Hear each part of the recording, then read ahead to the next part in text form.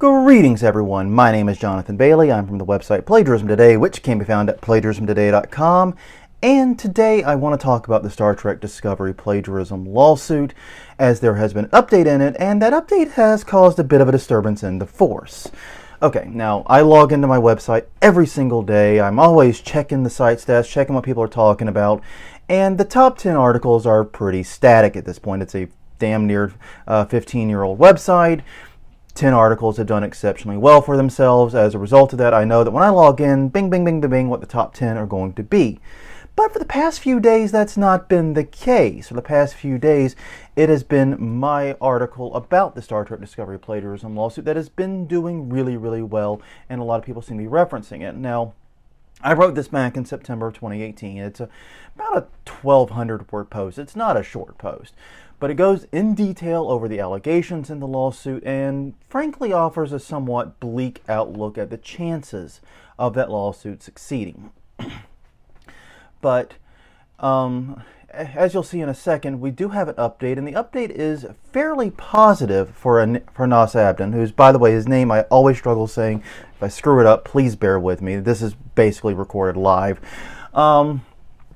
As he posted on his blog, hang on, I'm going to put it up here for you, about a development in the case. And basically it says here, discovery ordered for Star Trek Discovery. Yesterday, January 8th, the judge had a pretrial hearing in her courtroom with all lawyers involved. The meeting resulted in very positive outcomes that help find the truth and serve justice. The defendant's request to dismiss the case based on it being a quote-unquote frivolous claim was not entertained by the judge. The defendant's argument kept going around me trying to own copyrights to the real-life tardigrades. I never claimed that.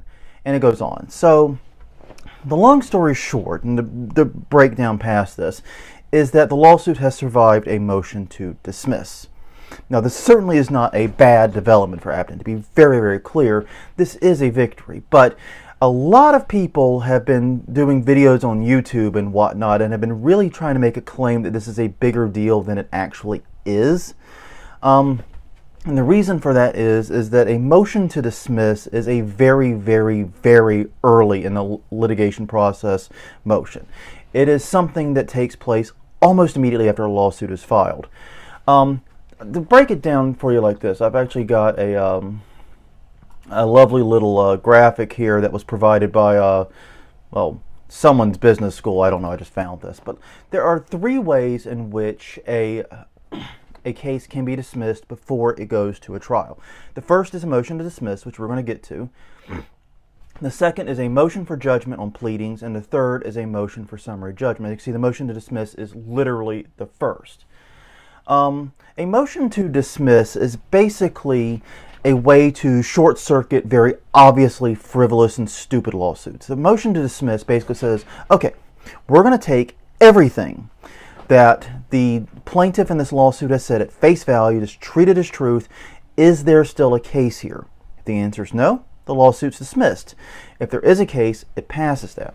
Now, this lawsuit in particular was never going to be just thrown out on a motion to dismiss. At least it wasn't very likely. The reason is what Abdin does claim would amount to copyright infringement and would result in a lawsuit and something that's actionable. Therefore, it's perfectly reasonable to pass a motion to dismiss even if the lawsuit is unlikely to succeed later on.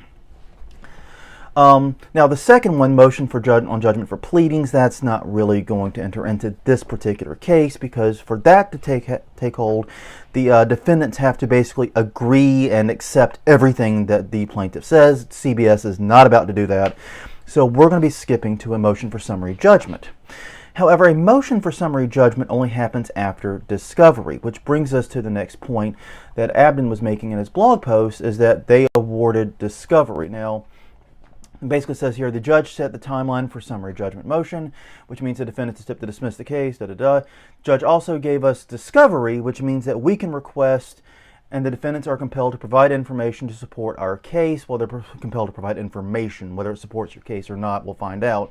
The discovery order is only one-sided, which means that the defendants cannot request information from us. Once again, all of this is actually not that uncommon. A motion for summary judgment can only take place after discovery. Basically, a motion for summary judgment is when the two sides come together and say, okay, these are the facts of the case as we understand them based upon the discovery we've had and other evidence we've collected. We believe that no reasonable jury could ever rule against us, give us summary judgment. There's no reason for us to go through the rigmarole of a trial. Easy as that. So yeah, that comes after discovery. Now, when that happens, now here's where it's going to get interesting for Abdin here. Basically, the next steps of this trial are going to be, he's going to petition for discovery. He's going to say he wants X, Y, and Z, and blah, blah, blah, he wants these things. And CBS is going to go, no, that's ridiculous. You only need X and Y or whatever. And they're going to haggle over what is necessary. And then when CBS delivers, they're going to haggle whether or not CBS complied. This isn't every case, by the way. This is just a constant thing in complicated litigation. Excuse me.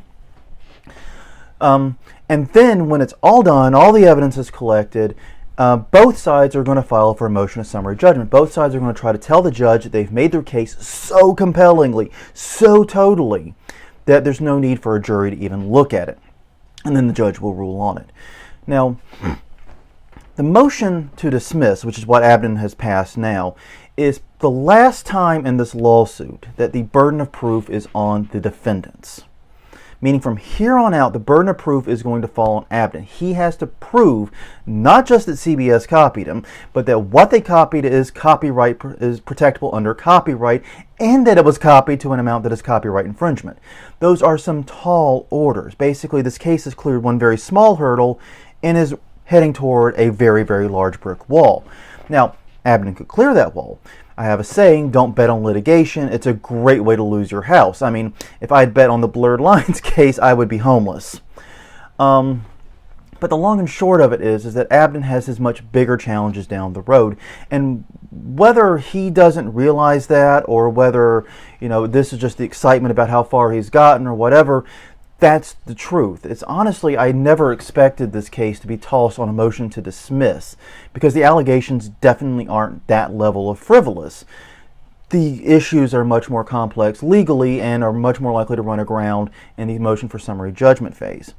Now, if you're watching this case, and whether you're a supporter of Abdin, you're just watching out of curiosity, you love Star Trek, whatever reasons for watching it, here's my honest advice. Expect some wrangling over discovery. As in the discovery in the trial, not Star Trek discovery. That wrangling's going on already. But expect lots of wrangling over discovery, and then expect sometime, probably many months, maybe even a year down the road, there will be a motion for summary judgment filed. If the case survives summary judgment, then it is probably either going to a quick settlement or to a trial. And as we've seen in other cases, like I said, the blurred lines one I just cited, trials can be inherently unpredictable. So once we get to the possibility of a trial, who knows what's going to happen? It really is anybody's ball game at that point. But still, wait for it to pass the motion of summary judgment before celebrating too hard for Abdin. That's basically what I'm saying. The motion to dismiss was a pretty easy burden for him to meet. Summary judgment is going to be way more difficult. Now, this does raise one question. Some people might ask, well, why is CBS fighting the motion for making a motion to dismiss and all that anyway? Then why are they even trying it? Because sometimes it works. It's that simple. CBS's lawyers would not be doing their job if they don't try everything they can to get this case thrown out, including a motion to dismiss. Even if that chance of success is just 1%, they're still going to try it. They're still going to give it the good old college try because, hey, it could easily short-circuit this case. Also, I fully expect most of the discovery motions, as in, like, once again, the trial discovery, to go in the favor of Abdin as well. The reason is judges typically work to make their rulings appeal-proof. If they the judge restricts discovery and doesn't allow things that Abdin should have access to, and if Abdin loses down the road, he could easily appeal it, and then the whole thing's got to start over, and that doesn't help anybody. Well, except Abdin, I guess. But regardless, no judge wants to see a repeat of a trial. Trust me. That's a very, very annoying thing when it happens. So I expect the judge to be very, very favorable to Abdin in terms of the discovery. And as far as why CBS was not granted discovery in Abdin, there's nothing for them to learn. Abdin's actions are not in question in any way. To my knowledge, they've not filed a counterclaim. They're not accusing Abdin of any wrongdoing. the long and short of it is they're just simply defending themselves in this case. Finally, the other thing in which Abdin talks about is that they were given leave to file a third amended complaint. Once again, that's not anything particularly interesting. But what happens a lot of time in court cases is the plaintiff files a complaint, then something else comes to light, or the judge points out a deficiency in it, and then requests that they file a amended complaint, and then sometimes you can get a second, third, and whatever amended complaint. And obviously, CBS is going to want to try and stop those, but it's akin to the motion to dismiss. It's a long shot. At this early in the lawsuit, it is highly unlikely that the judge is going to not grant the opportunity to file amended complaints. It's just the nature of the beast. Once we get past the motion for summary judgment, once we get further down, it's going to be much harder to file amended complaints.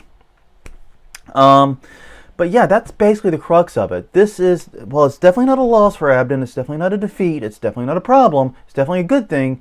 It's kind of an expected one. This case is really unfolding exactly how I and others expected it. Wait for the motion of summary judgment. That's going to be the real test. When we get that motion of summary judgment, we're going to know what's happening, and we're going to know more about where the judge is sitting in this case. Right now, this is just how lawsuits unfold. So expect much more on this down the road. Well, that's all for right now. Until next time, once again, I am Jonathan Bailey from plagiarismtoday.com. Check out the website, and I will see you guys next time.